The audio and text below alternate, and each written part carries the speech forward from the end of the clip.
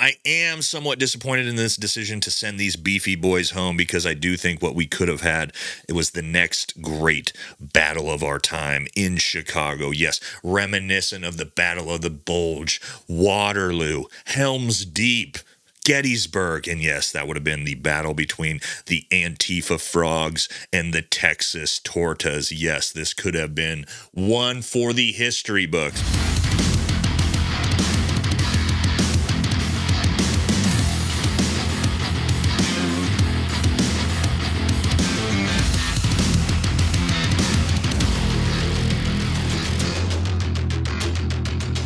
Welcome back to the channel, everybody. And if you've been following this crazy ICE protest drama that's happening around the country in places like Chicago, Portland, Seattle, there's been some big developments recently. You may have seen the National Guard has been mobilized to be sent to help fight Antifa in these big protests. And well, the Texas National Guard has officially mobilized America's most elite fighting force in the military, and that is, of course, the Gravy SEALs. Yes, MEAL Team 6 is on the way. The Fork Recon Marines are there with their heavy weapons platoon, and it's going to get wild, all right? So what we're going to look at in this video is the mobilization of this Texas National Guard unit that Secretary Hegseth is not very happy about. So don't forget to like, comment, subscribe. Helps the channel. Let's jump into this thing and see what happens. So yes, these beefy boys have gone viral for this picture of them getting off the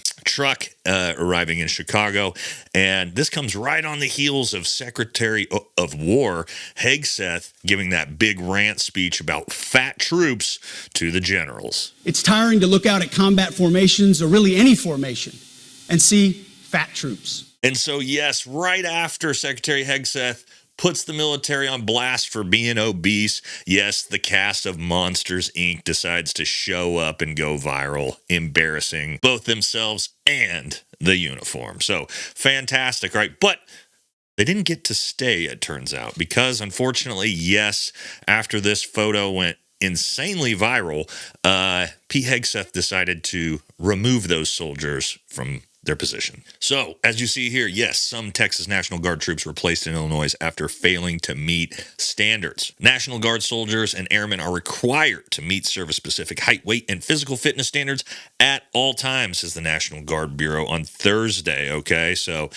it turns out the Texas Military Department has removed an unspecified number of National Guard troops deployed to Chicago for not being in compliance with its validation process. That means for being morbidly obese. Spokesperson for the Texas Military Department confirmed to Task and Purpose that a small group of the 200 National Guard members sent to Illinois this past week have been replaced after they were found to not meet certain standards. We can just call it height and weight. Okay, they're obese. All right, then there's spins from the other side of this thing saying it's not fair what they're doing to these soldiers, okay? And I'm going to give my opinion on it right after that. But let's look at this. It says Pete Hegseth sent National Guard troops home for being too fat. The Defense Secretary, I think you're supposed to say the War Secretary, I'm not sure how that really works now, has implemented some bonkers new rules for physical appearance in the military. Yes, this is insane. Could you imagine the audacity of the U.S. military to say its troops need to not be morbidly obese in uniform? Oh, horrible. Now, guys, I don't care if you want to be morbidly obese in your personal life, whatever, do whatever you want. I don't care what anybody does with their own lives as long as it doesn't affect other people negatively. But we're talking about the U.S. military, in which I served and many of you out there served. And no, there is no excuse for being a morbidly obese specialist in the United States military, okay? Standards are standards. Your job is to serve the nation and potentially protect the nation in times of war. You need to be in shape, okay? This isn't, I will never budge on this. I'm very critical of a lot of things with this administration and Secretary Hegseth. This is not one of them. I'm 100% on board with keeping our troops in shape. And also, there's nothing I can't stand more than watching somebody massively overweight in uniform. It's embarrassing to all of us. Now, if you are a soldier that's way overweight and you want to get in shape, you got to hit the gym. And if you're going to do that, you might as well wear some of the most comfortable gym clothing that's out there. And that's with our partners at Barbell Apparel. Yes, we all know they sell the world's best, most comfortable pair of jeans, but my favorite clothes that they have is their workout clothes. That's all I wear. All right. Amazing shorts, tank tops, different things like that. So head on over, grab yourself some workout clothes. Also, Barbell has probably the best sale they've ever had going on right now. $99 purchase gets you a free hoodie, and it's repeatable. All right. So you can get as many as you want depending on how much you buy. All right. So head on over, link in the pinned comment description, grab yourself some Barbell Apparel. But then that brings us into, should the National Guard actually be used for this type of thing anyway? Okay, there's a lot of controversy back and forth of whether or not people think this is okay, it's not okay. We're going to talk about that here in a minute, but I gotta say, I am somewhat disappointed in this decision to send these beefy boys home, because I do think what we could have had, it was the next great battle of our time in Chicago. Yes, reminiscent of the Battle of the Bulge, Waterloo, Helm's Deep, Gettysburg, and yes, that would have been the battle between the Antifa frogs and the Texas Tortas. Yes, this could have been one for the history books, but unfortunately, now we're not gonna get to see it. Dang. All right, now, aside from the topic of overweight troops in general, I want to talk about the decision to send in the National Guard. And yes, I'm not going to look at this from the lens of what everybody else pretty much is. You got the left saying, you know, the Posse Comitatus Act infringements, and this is a fascism. And then you have the right saying, well, you should have taken care of your own streets, all these different sorts of things. Look, I'm not going to engage in that. I'm actually looking at doing an entire video just on that.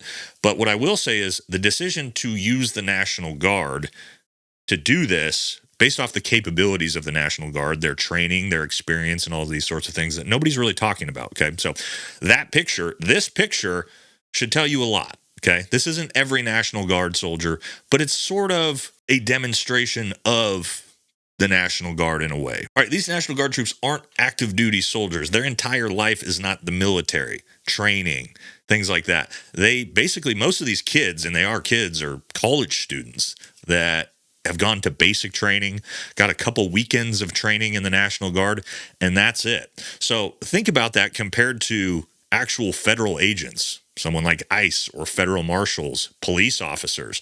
This is their full-time job.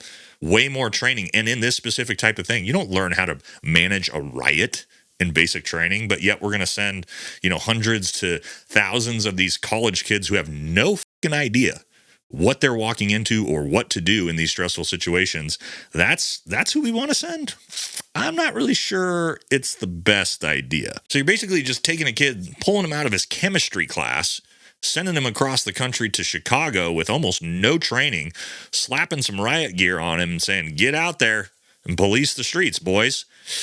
It's kind of a dangerous thought both ways. One, for the safety of the troops, but also, two, for the protesters. I mean, again, I personally am not a big fan of sending, young kids that are completely untrained to go manage riots that have no riot training or protest training or whatever you want to call it. And they definitely don't have training taking on Antifa frogs. The Portland anti-ICE protester seen wearing an inflatable frog suit, who has been popping up all over the internet, has claimed to be harmlessly protesting with humor. But now a new report has revealed the protester under the costume to be a self-described proud Antifa terrorist. Oh my God. Here's everything you need to know. So yes, vicious terrorist Antifa frogs. The National Guard is most assuredly not trained or well equipped enough to be dealing with that. Now, I will say, obviously, there's a little sarcasm there. The whole costume thing that's going on, I'm sure you're seeing it. Yes, it's a reverse propaganda tool to make it seem like in specific clips, nothing bad is happening in these protests. Yeah, okay, not quite the truth, right? Obviously, very smart way of tricking people into believing that. But again, I digress. The National Guard, in my opinion, I don't really think they're the ones that need to be doing this type of thing. And again, not because I have some moral issue with it regarding should the National Guard or troops be used in domestic soil. You take an oath to defend the country from all enemies, foreign and domestic. Okay, yes, there's a lot of legalities and different things that go into all this, but I do like the idea of using the National Guard on things like protecting the border and things like that, but to send them into situations of high protests and potential riots, I think is dangerous for everybody, just based off of their training, their experience, and different things like that. Also, one of the biggest reasons where I don't like the idea of having military troops in these domestic issues, even riots and things like that, is the potential fallout if something really goes wrong. Okay.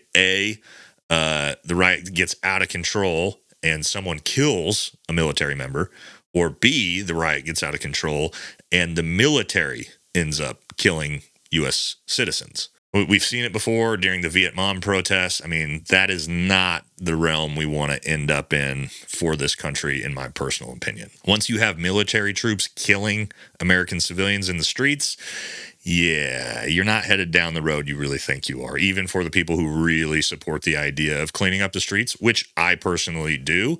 I just don't think the military should be the ones doing it. Okay. So increase funding to the federal marshals or whoever that you need to help police officers.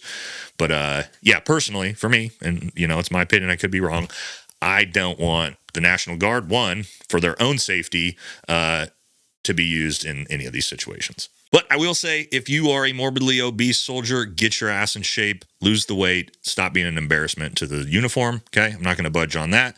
But other than that, let me know what you guys think in the comments. Do you support the National Guard being used?